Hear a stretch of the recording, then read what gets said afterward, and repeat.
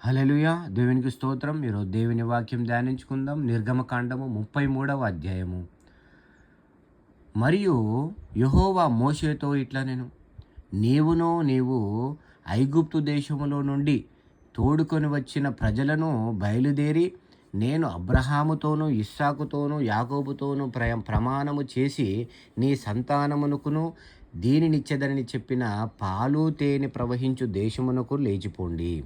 నేను నీకు ముందుగా దూతను పంపి కనానీయులను, అమోరీయులను, హిత్తీయులను, పెరిజ్జీయులను, హివ్వీయులను, మోబూసీయులను వెళ్ళగొట్టెదను. మీరు లోబడనొల్లని ప్రజలు గనక నేను మీతో కూడా రాను. త్రోవలో మిమ్మును సంహరించదనేమో అని మోషేతో చెప్పెను. ప్రజలు ఆ దుర్వార్తను విని దుఃఖించిరి. ఎవడునూ ఆభరణములు ధరించుకొనలేదు. కాగా యెహోవా మోషేతో ఇట్లనెను,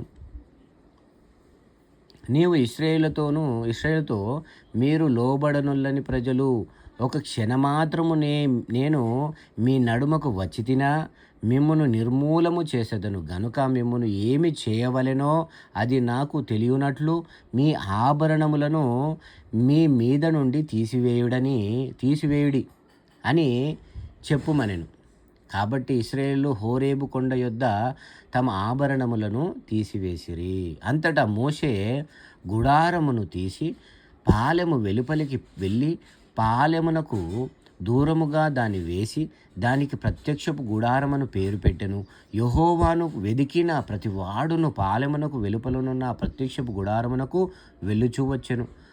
మోషే ఆ గుడారమునకు వెళ్ళినప్పుడు ప్రజలందరూ లేచి ప్రతివాడు తన గుడారపు ద్వారమందు నిలిచి అతడు ఆ గుడారపులోనికి పోవు వరకు అతని వెనుక తట్టు నిదానించి చూచుచుండెను. మోషే ఆ గుడారములోనికి పోయినప్పుడు మేఘస్తంభము దిగి ఆ గుడారపు ద్వారమందు నిలువగా యెహోవా మోషేతో మాటలాడుచుండెను. ప్రజలందరూ ఆ మేఘస్తంభము ఆ గుడారపు ద్వారమున నిలుచుట చూచి లేచి ప్రతివాడును తన గుడారపు ద్వారమందు నమస్కారము చేయుచుండిరి. మనుష్యుడు తన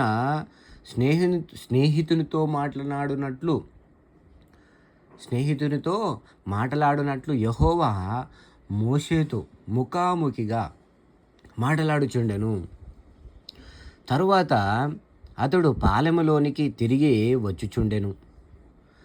అతని పరిచారకుడును నూను కుమారుడైన యెహోషువ అను యవనస్తుడు గుడారములో నుండి వెలుపలికి బయటికి రాలే. మోషే యెహోవాతో ఇట్లనడు, చూడుము, ఈ ప్రజలు తోడుకొని పొమ్మని నీవు నాతో చెప్పుచున్నావు గాని నాతో ఎవరిని పంపెదవో అది నాకు తెలుపలేదు.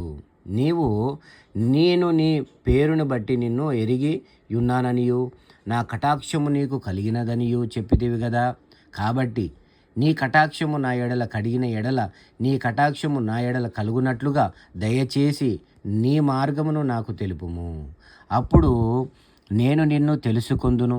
చిత్తగించుము, ఈ జనము నీ ప్రజలే గదా అనెను. అందుకు ఆయన అంటుండు,